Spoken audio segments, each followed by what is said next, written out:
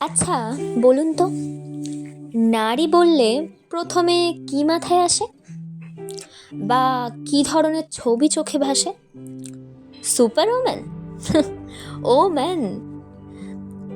আমরা নারীরা একই সাথে অফিস করি, সংসার করি, সন্তানদের টেক কেয়ার করি, মানিয়েও চলি সবার সাথে। দিনরাতে এটা ওটা সেটা, যখন যার প্রয়োজন যেটা সামলাই দুই হাতে। সোশ্যাল মিডিয়া, টিভি খুললেই দেখা যায় আমরা স্ট্রং, রেজিলিয়েন্ট, আনব্রেকেবল। ছোট বড় যে কোনো দায়িত্ব আমাদের কাছে জাস্ট একটা সিম্পল টাস্ক। কেবল সংসার সুখের হয় রমণীর গুণে, নারী আনে শান্তি। পুরুষের তুলনায় প্রায় দ্বিগুণ কাজ করে শরীরে আসে না ক্লান্তি। আসবে কেন? আমরা তো সুপার ওম্যান। দায়িত্বের নামে হাজারটা কাজের বোঝা আমাদের কাঁধে। সেটাকে আবার শব্দ মাধুর্যে বলা হয়, যে রাধে সে চুলও বাঁধে।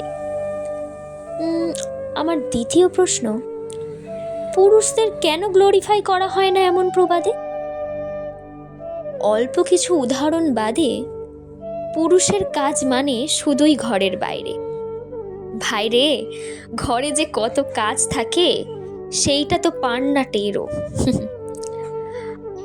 আর ছুটির দিনে একটু এক্সট্রা ঘুম আমাদেরও চাই।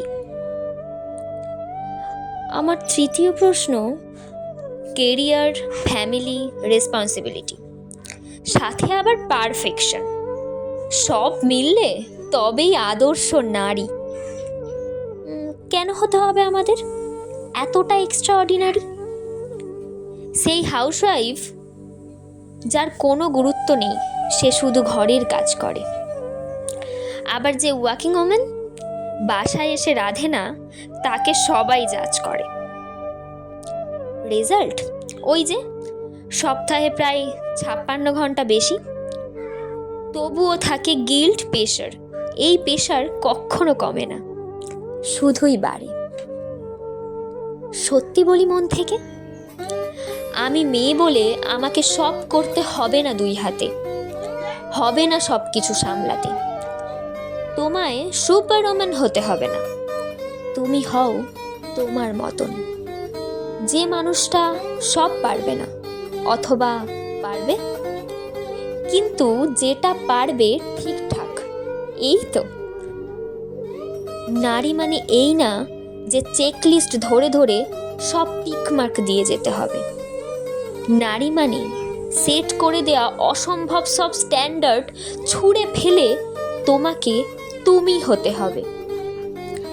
এই ওম্যান্স ডেতে স্টেরিওটাইপ ভাবনাগুলো বদলে যাক, হোক সত্যিকারের দিন বদল। Happy woman's day.